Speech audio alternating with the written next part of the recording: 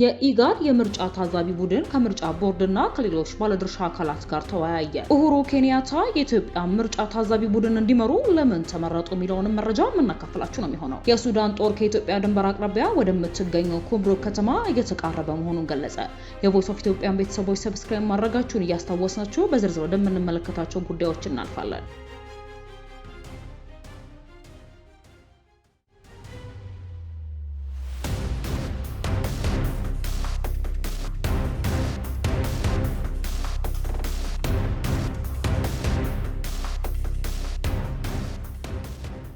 የኢጋድ የምርጫ ታዛቢ ቡድን ከምርጫ ቦርድና ከሌሎች ባለድርሻ አካላት ጋር ተወያየ። የሚካሄደውን ሰባተኛው ጠቅላላ ምርጫ ለመታዘብ የመጣውና በዶክተር ስፔሲዮዛ ዋንዲራ ዛካቢዮ የሚመራው የኢጋድ ቡድን ከምርጫ አስፈጻሚዎችና ከሲቪል ማህበረሰብ አካላት ጋር የምክክር መድረክ አካሂዷል። የታዛቢ ቡድኑ መሪ ከምርጫ ቦርድ ሰብሳቢ ቤላይ ጦር ካይሉ ጋር ባደረጉት ንግግር በምርጫ ዝግጅት፣ በጸጥታ ሁኔታ፣ በቅሬታ አፈታት እንዲሁም በድምጽ አሰጣጥና ውጤት አገላለጽ ሂደት ላይ በሰፊው መክረዋል።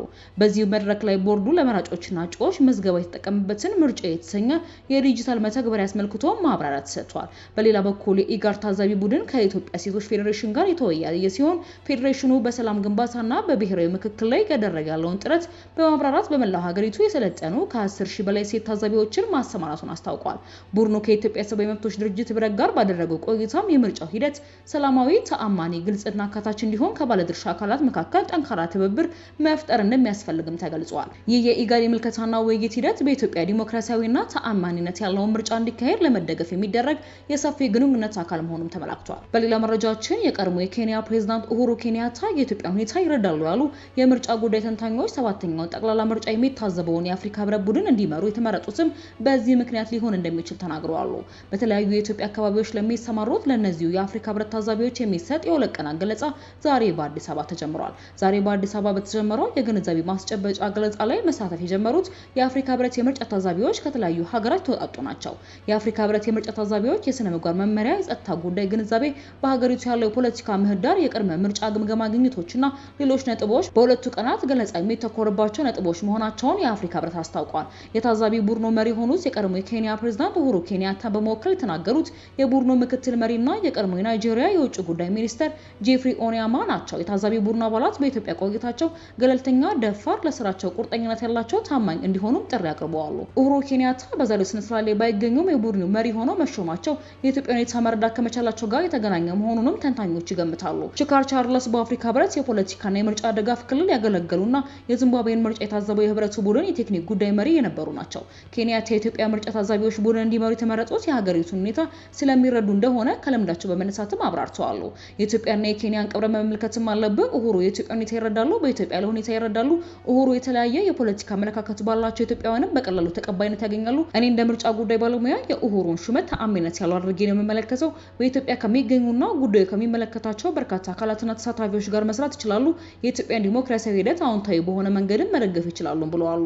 ሰባተኛውን የኢትዮጵያ ጠቅላላ ምርጫ ለመታዘብ የሚሰማሩት የአፍሪካ ህብረት ታዛቢዎች ቁጥር 73 ሲሆን 63 በመቶ የሚሆኑ ደግሞ ሴቶች ናቸው።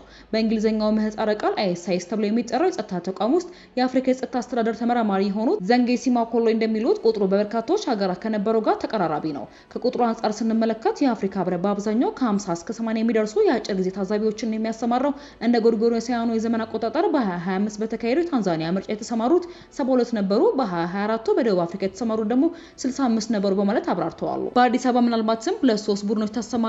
የአዲስ አበባ የተለያዩ አካባቢዎች ለመሸፈን ወደ ሌላ ቦታ ሄደ ደግሞ አንድ ቡድን ብቻ ልታሰማራ ትችላለች የተለያዩ ቦታዎችን ለመሸፈን። ስለዚህ የምርጫ ታዛቢ ቡድን ተልዕኮ ጥራት ከተመረጡ ታዛቢዎች ቁጥር ጋር ቀጥተኛ ግንኙነት የለውም በማለት አስረድተዋል።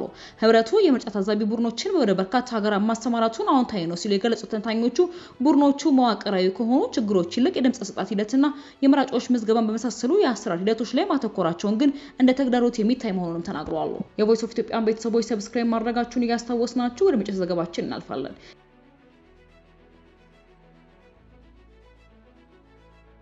የሱዳን ጦር ከኢትዮጵያ ድንበር አቅራቢያ ወደምትገኘው ኩምሩክ ከተማ እየተቃረበ መሆኑ ተገለጸ።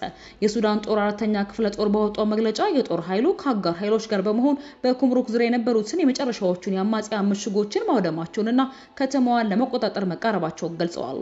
ጦሩ አክሎም ከኩምሩክ በስተደቡብ በሚገኘው አልባርካ ጣቢያ ላይ በፈጥኖ ደራሽ ኃይል ወይንም RSF የተሰነዘረውን ጥቃት ማክሸፉን አስታውቋል። በጥቃቱ ወቅት በፈጥኖ ደራሽ ኃይሎች ላይ ከፍተኛ የሰው ኃይል ጉዳት ማድረሱን እንዲሁም በርካታ የጦር ተሽከርካሪዎችንና ወታደራዊ ቁሳቁሶችን መማረኩን ገልጿል። እንደዘገባው ከሆነ የሱዳን ጦር ኃይሎች ከከተማዋ ያሉ ተዋጊዎችን ለመክበብ አልመው በዘረጉት ባለ ሁለት አቅጣጫ ስትራቴጂካዊ ጥቃት ከሰሜንና ከደቡብ አቅጣጫዎች ወደ ኩምሩክ እየገሰገሱ ይገኛሉ። ጦሩ በዚህ ሳምንት መጀመሪያ ላይ ከኩምሩክ ደቡባዊ ዳርቻ የምትገኘው የአልባርካ አካባቢ መልሶ መቆጣጠሩንም አስታውቆ ነበር።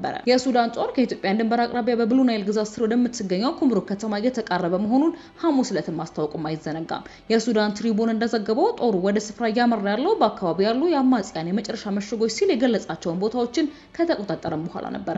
የቮይስ ኦፍ ኢትዮጵያ ቤተሰቦች ሰብስክራይብ ማድረጋችሁን እያስታወስናችሁ በሌላ አዲስና ወቅታዊ መረጃዎች ዳግም እስክንገናኝ ድረስ በደህና ቆዩ።